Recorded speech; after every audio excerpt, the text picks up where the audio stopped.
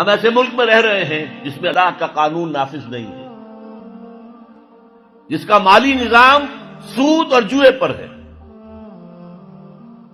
ہم اس کو بدل نہیں سکتے. کیا کریں؟ کہاں جائیں؟ کس طرف جاؤں؟ کسے دیکھوں؟ کسے آواز دوں؟ اے ہجوم نامرادی، دل بہت گھبرائے ہے. کہاں جاؤں؟ دنیا میں ایک انچ نہیں ہے، کوئی ملک نہیں ہے جہاں اے اللہ تیرا دین قائم ہو. جائیں تو کہاں جائیں؟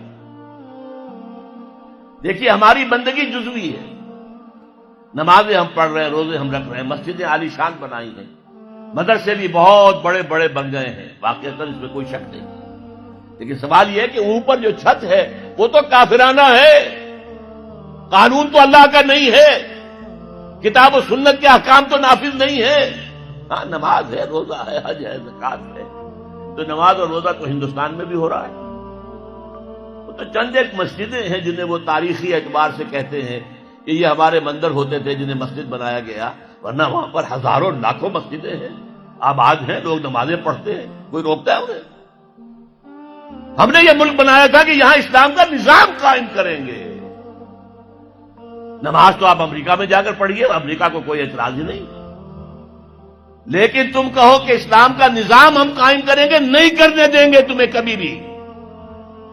تم چاہو کہ تم اسلام کا معاشی نظام قائم کرو، کبھی اجازت نہیں دیں گے. تم چاہو کہ اسلام کی معاشرتی اقدار کو تم قائم کرو، کبھی نہیں کرنے دیں گے. یہ ہے اس وقت جو ہمارے ساتھ پیش آ رہا ہے معاملہ. پورا مغرب اس پر اڑا ہوا ہے. اسلامی نظام کہیں نہیں آنے دیں گے. ہاں نمازیں پڑھو، ہمیں کوئی اعتراض نہیں. روزے رکھو، تم روزے 30 کی بجائے 100 رکھو، ہمارا کیا لیتے ہو؟ تو اب ہم جو کفر کے تحت زندگی گزار رہے ہیں اور اس اعتبار سے اللہ کی نگاہ میں ہم کافر ہیں. لیکن سوال یہ ہے کہ جائیں تو کہاں جائیں، کریں تو کیا کریں؟ نظام کفر کا ہے. قرآن کہتا ہے وَمَن لَّمْ يَحْكُم بِمَا أَنزَلَ اللَّهُ فَأُولَٰئِكَ هُمُ الْكَافِرُونَ.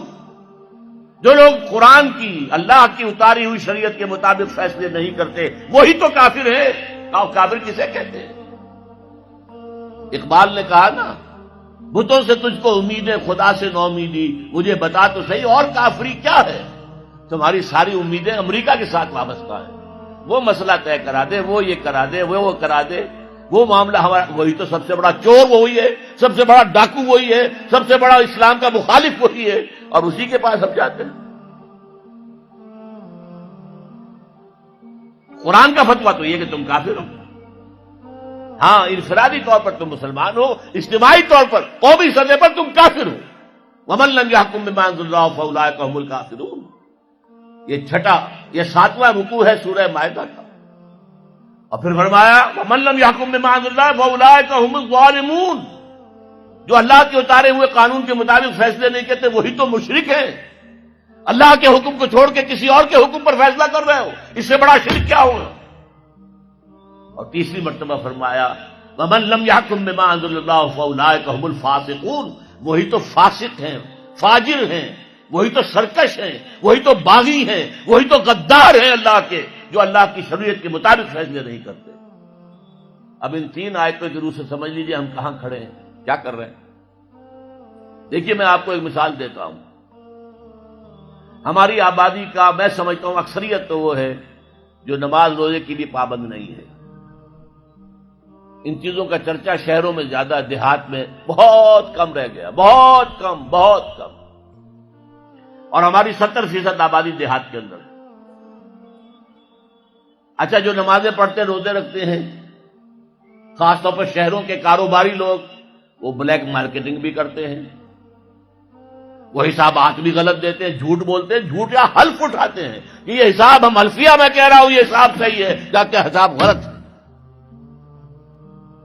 سودی کاروبار کرتے ہیں، اپنے کاروبار کو بڑھانے کے لیے سود کا قرضہ لیا ہے، سودی قرضہ لیا بینک سے. اپنی بلڈنگ بنانے کے لیے بہت بڑی قرضہ لیا ہے بینک سے. تو ان کی عبادت کیا ہوئی؟ وہ اس آیت کے ذیل میں آ گئے کہ نہیں؟ افتؤمنون ببعض الکتاب وتکفرون ببعض فما جزاء من يفعل ذلك منكم الا خزي في الحياة الدنيا ويوم القيامة يردون الى اشد العذاب وما الله بغافل عما تعملون.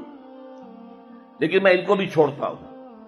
فرض کیجئے ایک شخص ہے، نماز پڑھتا ہے پوری 5 وقتہ مسجد میں، رمضان کے روزے رکھتا ہے، اور بھی اللہ توفیق دیتا ہے ایام 20 کے روزے رکھ لیتا ہے، یا ہفتے میں 2 روزے رکھتا ہے، سوموار کے اور جمعرات کے وغیرہ، زکوٰۃ دیتا ہے، کاروبار بھی سارے حلال کر رہا ہے، حرام نہیں کر رہا، سود میں بھی براہ راست ملوث نہیں ہے، نہ پیسہ سود پہ اوپر بینک میں رکھ کر سود کھایا، نہ سود پر قرضہ لے کر کوئی اپنا کاروبار بڑھایا، نہ کوئی اپنا کارخانہ لگایا، نہ کوئی اپنے بلڈنگ اونچی بنائی۔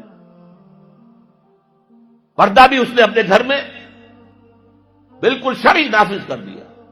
وہ اس پورے اسلام پر کاربند ہے جس میں وہ کاربند ہو سکتا ہے اس وقت، لیکن وہ اس قوم کا فرد ہے جو قوم اللہ کے فتوے کے مطابق کافر قوم ہے، جو اللہ کے فتوے کے مطابق مشرک قوم ہے، جو اللہ کے فیصلے کے مطابق فاسق و فاجر قوم ہے۔ قوم کے فرد تو ہم اسی کے ہیں۔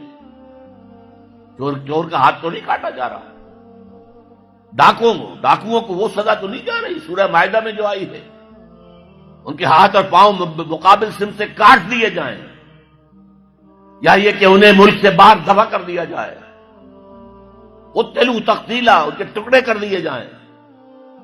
ڈاکوؤں کو کوئی سزا ملتی ہے ایسی؟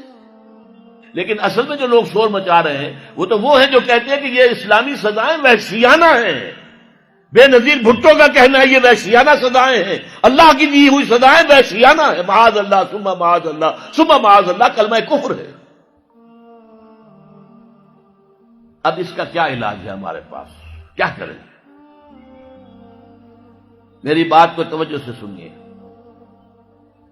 اس نظام باطل کو ذہناً تسلیم مت کرو، اس نظام باطل کی خدمت مت کرو، don't reconcile with it, don't serve it, don't support it. اس نظام کے تحت پھلنے پھولنے دولت مند بننے کی کوشش مت کرو، بلکہ اپنی زندگی کو سکیڑو، اپنی ضروریات کو کم کرو، اپنے آپ کو ذرا آزاد کرو، اپنا وقت، تاکہ اس وقت کو تم لگا دو اس نظام کے خلاف جد و جہد میں۔ ایک ایسی جد و جہد، ایک ایسی کوشش کہ اس نظام باطل کو جڑ سے اکھیڑ کر پھینکنا ہے اور اس کی جگہ نظام حق، دین حق نافذ کرنا ہے۔ یہ جد و جہد اگر کرو گے، تن من دھن لگاؤ گے، تو یہ کفارہ ہو جائے گا کہ تم کافرانہ ملک میں رہ رہے تھے، جس کا نظام کافرانہ تھا۔ تم چاہے اپنے آپ کو مسلمان سمجھتے تھے، لیکن نظام کافرانہ تھا جس کے تحت تم زندگی گزار رہے تھے۔ ہاں، اگر یہ کرو، اے اللہ میں نے اس نظام کو ذہناً تسلیم نہیں کیا، اے اللہ میں نے اس کی خدمت نہیں کی، میں نے اسے سپورٹ نہیں کیا، اے اللہ میں نے اس کے درمیان اس کے نیچے رہتے ہوئے عیش کرنے کی کوشش نہیں کی، اے اللہ بلکہ میں نے کم سے کم اپنی ضروریات کر کے وقت نکالا اور اس کے خلاف جد و جہد کی، اس نظام کو اکھاڑ کر پھینکنے کے لیے کوشش کی، اور تیرا نظام لانے کی جد و جہد کی۔ لا نہیں سکے تو اے اللہ ہم کیا کریں؟ ہمارے اختیار میں تو نہیں ہے، وہ آئے گا تو اسی وقت جب تیری مرضی ہوگی، تیرا منشا ہوگا، لیکن ہم نے اپنی زندگی لگا دی۔ اگر تو یہ ہے تو کفارہ ہو گیا، اللہ کے عذاب سے آپ بچ جائیں گے۔ اگر یہ نہیں کہہ سکتے، آپ تو بھر اپنے باطل نظام میں رہ رہے ہیں، عیش کر رہے ہیں، اور آپ پھیلنے پھلنے پھولنے کی کوششیں کر رہے ہیں، اور زیادہ عیش مل جائے، اور زیادہ آسائشیں مل جائے، بڑا مکان بنا لوں، اور بڑا محل بنا لوں، اور بڑی حویلی بنا لوں، اور کاروبار پھیلا لوں، 1 مل تھا 2 بن جائیں، 2 کے 3 ہو جائیں۔ اگر اس چکر میں آپ رہے اس نظام باطل کے تحت،